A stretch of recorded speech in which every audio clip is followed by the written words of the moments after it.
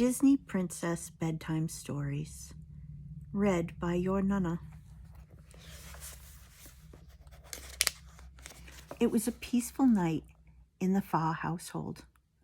Mulan helped her grandmother with the dishes. When she'd finished cleaning, Mulan said goodnight to her family and headed to her room. She had promised Cricky a bedtime story. Mulan changed into her pajamas and then turned to her friend. "What story would you like to hear tonight, Cricky?" Before Cricky could answer, their dragon friend Mushu burst into the room. "Did I hear someone ask for a story?" Mulan nodded. "I was just asking Cricky what kind of story he wanted to hear." "Ooh, I have the perfect story," Mushu said excitedly. "Can I tell it?" Mulan and Cricky both nodded. Mushu's stories were always entertaining. "Excellent," Mushu said.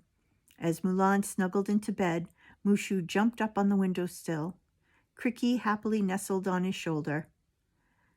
"It was a dark, snowy evening, Mushu began, "just like this one." Mulan was just getting into bed when she realized that Cricky's cage was empty. Mulan searched the whole house, but there was no sign of the little cricket. Holding her candle to the window, Mulan gasped. Barely visible in the rapidly falling snow was a trail of tiny footprints. "Hold on," Mulan said, interrupting Mushu's story. "Cricky is so tiny. How would he make tracks in the snow?" "Shh," Mushu said. "I'm telling a story."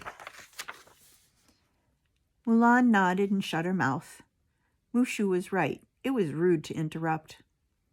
Mulan quickly threw on her coat and headed to the ancestors' temple to ask for my help, Mushu continued. "Of course, it didn't take much time to convince me. I would do anything for that lucky bug." "Unless he's already asleep," Mulan whispered to Cricky. "Trying to wake him up can take forever."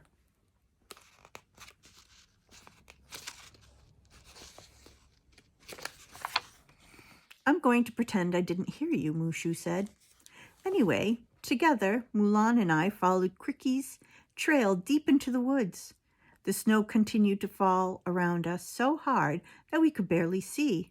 We kept following the trail until I accidentally sneezed. Unfortunately, as I am a ferociously fierce fire-breathing dragon, I accidentally melted the snow, and we had lost Cricky's trail. "Wait a second," Mulan said, interrupting Mushu's story again. "Wouldn't we be able to see the rest of Cricky's trail? You wouldn't have melted all the tracks, right?" Mushu crossed his arms and narrowed his eyes at Mulan. "I was just getting to that part." "Sorry, Mushu," Mulan said. Just then, Mushu said, I had a brilliant idea. I tilted my head back and let out a big burst of fire. The flames illuminated the path again, and Mulan was able to spot Cricky's trail. "We kept following Cricky's trail all the way to a big pile of snow," Mushu said. "But that's where the trail stopped. Mulan and I had called for Cricky. We heard a faint chirrup coming from underneath the mound of fallen snow. Mulan and I furiously began scraping away the snow. We dug faster and faster until..." Mushu's voice trailed off. "Until what?" Mulan cried. "What happened next, Mushu?" "We uncovered a cave that had been hidden by the snow. Cricky and a little girl from the village were inside," Mushu said. They were both shivering uncontrollably. Mulan wrapped them in her coat while the little girl explained what had happened. She had been collecting firewood when the snow started. She had stopped in the cave to rest a minute when suddenly a big pile of snow fell and blocked the entrance. Cricky had heard her cries for help. He was small enough to get inside and keep her company, but he couldn't get them both out. I lit a fire and we all warmed up before heading home. Everyone was safe and sound, and that's the story of how we found Cricky and rescued the village girl, Mushu finished. "But how exactly did Cricky know that a village girl was in that cave?" Mulan asked, confused. And why was he out in the storm in the first place? So many questions, Mushu said, waving his arms in frustration.